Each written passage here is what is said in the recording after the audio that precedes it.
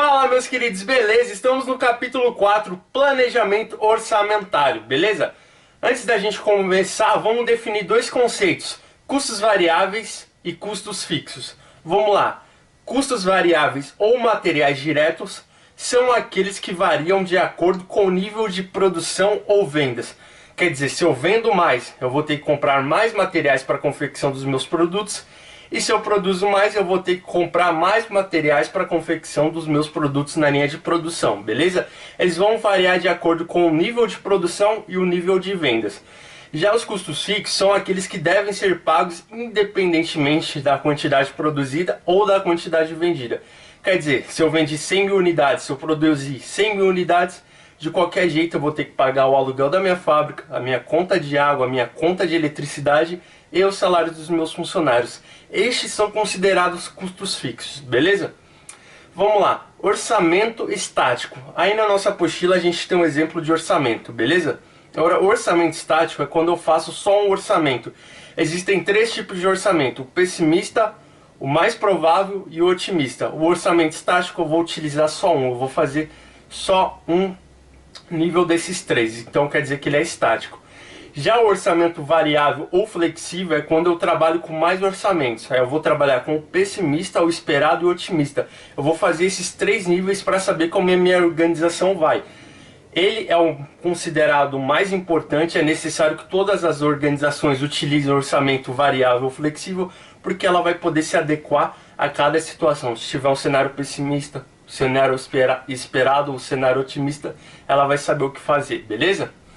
Relatório de desempenho é o documento que compara o orçamento projetado com o realizado. Lembra que a gente fez o orçamento lá? A gente vai fazer o orçamento, tal, bonitinho, e vai comparar após o período o que aconteceu. Vai, num mês a gente vendeu isso, mas eu esperava vender isso, então eu vou fazer a comparação, beleza? Agora a gente vai falar sobre sistemas de controle de orçamento. É necessário que a empresa sempre faça média de vendas e serviços realizados para ter uma base para o próximo mês. Isso é incluído no planejamento orçamentário, ou seja, a gente vai fazer uma média do que a gente vendeu, a gente vai fazer uma média do que a gente produziu e vai incluir isso no nosso planejamento orçamentário. A gente já está prevendo, já está tendo uma base do que mais ou menos a gente vai gastar, o que mais ou menos a gente vai vender e produzir. Agora a gente vai falar sobre custo padrão, que é o custo definido para determinado item de produção. Por exemplo, se a empresa já sabe o preço de uma peça com o fornecedor e sabe quantas peças vai precisar, quer dizer que a organização já pode calcular o custo padrão, beleza? E custo orçado normalmente designa o custo total de determinado item. Por exemplo, o custo total de farinha para produzir 50 mil pães. A organização já sabe o preço, qual que vai ser o custo total da farinha para ela poder conseguir produzir 50 mil pães, beleza?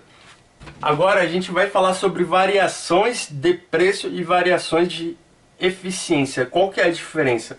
Vou citar um exemplo para vocês. Um fornecedor aumentou o preço, então dizemos que houve perda em termos de preço, porque o preço estava 15 centavos, ele aumentou para 20 centavos.